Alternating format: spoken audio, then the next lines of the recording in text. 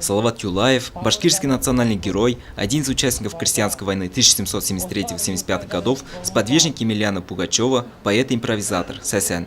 Историю Башкортостана и башкирского народа без него невозможно представить. Его поступки – гордость и честь, они – пример для молодежи. Салават Юлаев был истинным патриотом своего родного края, и для башкирского народа он настоящий герой. Мероприятие в честь дня его рождения было организовано представителями отдела образования города. Среди целей – укрепление знаний учащихся по истории своего родного края и народа, а самое главное – воспитание патриотических чувств на примере национального героя. Зрителям показывали концертные номера, рассказывали стихи Салавата Юлаева. Все шло на башкирском языке.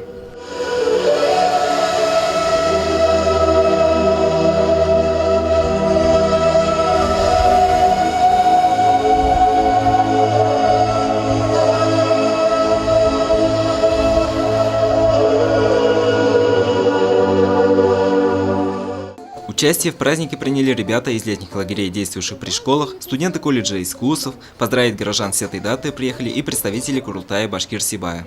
В конце мероприятия горожане возложили цветы к бюсту Салавата Юлаева, тем самым выражая свое уважение и благодарность за его героические поступки.